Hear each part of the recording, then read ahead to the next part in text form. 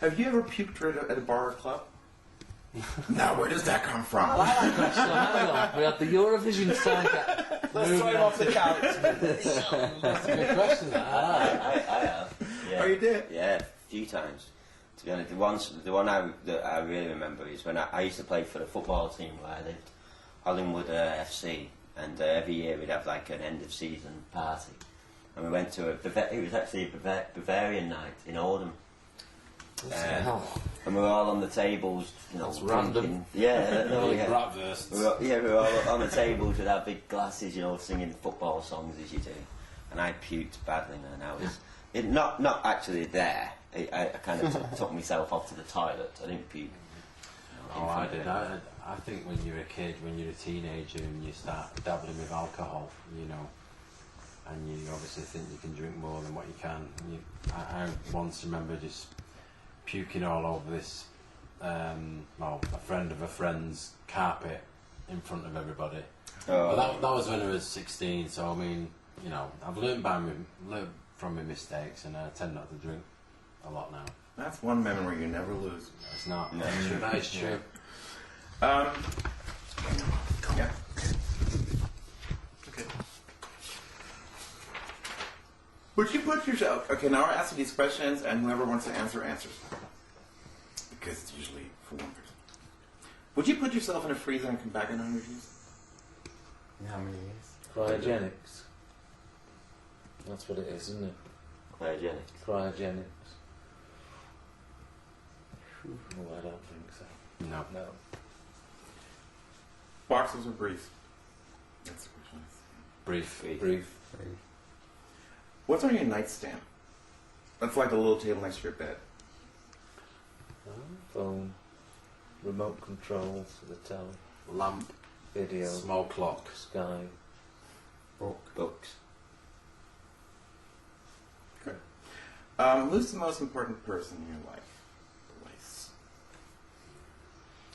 The wife. Oh, poor wifey. My children. How many children do you have? 2. Oh, how old are 2 girls, 1 at 7, 1 at 2. they? And how is it Yeah, being my father? boy. I was gonna say my boy, Elwood. I'm loving it. Yeah, absolutely loving it. He's great. He smiles all the time. Such a happy baby. He's sitting up on his own now. Really? Without help, yeah. Sitting up. Yeah. If you were a woman for one day, what would you do? Check myself out to start with. Yeah. I'd go out and be a complete slag. Have lots of sex. Safe sex.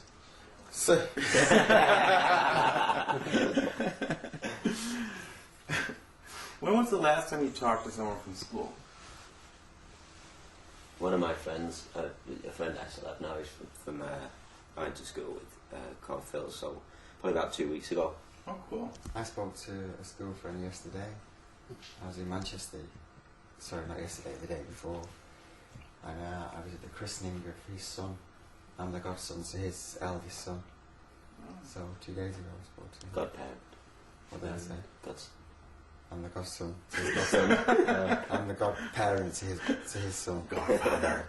I'm the godfather. What's your biggest weakness? Food, me. Smoking me. I don't think I've discovered mine yet. I think mine's yet to cripple me. What did we write and say my daughters? My weakness as in I would do anything for them, not even think about myself. That's nice. Yeah. That's true. He is a good I'll dad. do anything for them. You know, if I want to buy a Bentley, I won't do it because I want to see my daughter. I'm joking. What's your biggest strength?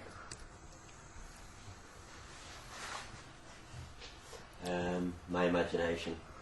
Cool. I think being positive is one of mine. Very positive. My right arm.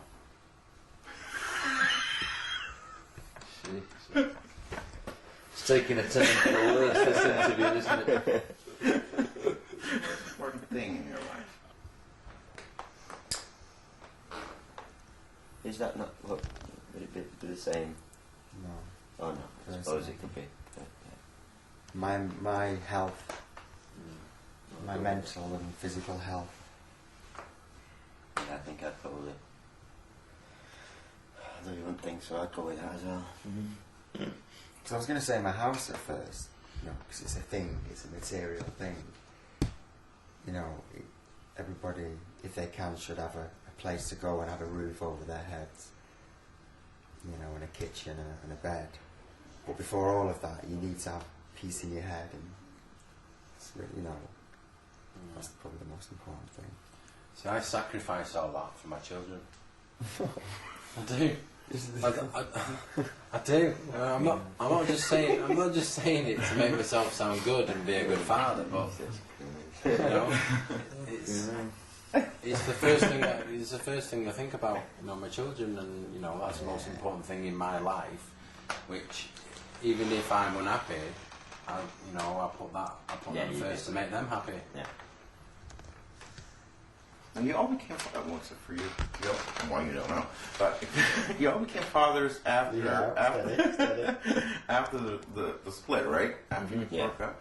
So, is it like, you're spending less time with your family, I assume, because you're, so popular again, and you giving concerts and touring and coming to Germany to perform. Is that weird? Is it like a strange feeling? I think this time round, because we obviously we're more in control of what we want to do, and I feel like we're all happier with what we're doing. We do make time. We try to make more time for, we three of us have got families, and we make time for that, to involve the families in our work. They're a big consideration, aren't they, now? Yeah, whereas first time round we didn't have families, and every day was take that, every day. And we didn't really get much time to see our families back then. So you learned. Yeah. Yeah. When was the last time you saw someone naked? This morning. In the mirror. No. No, my wife went home this morning. Oh.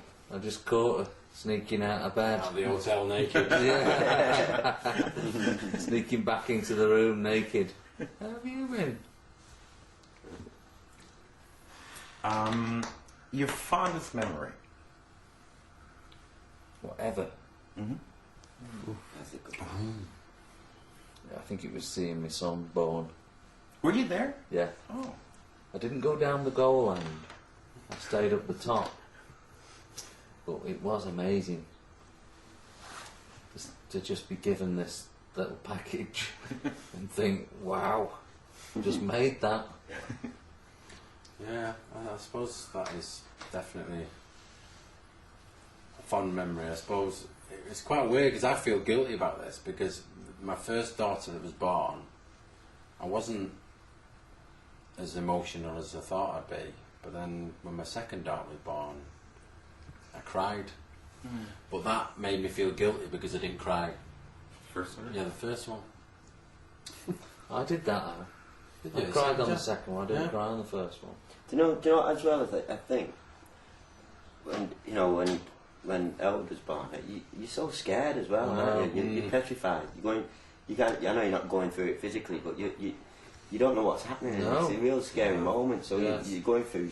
You're in shock. There's nothing to yourself. prepare you for that. None of those lessons do. No. Sorry, we're having our own conversation here. I'm listening. That is an interesting thing, though, isn't it? Both of you didn't cry on your first child. Did you not cry, Matt? No. I cried seeing Emma, and what she'd gone through, and it was like I was so relieved. Yeah. But maybe if you have a second child, you might just cry out of pure joy, like Howard and You're Gary. a bit more relaxed. Everybody always says your second child you're a bit more relaxed with everything, and maybe then you're able to. The first, yeah. Interesting. Maybe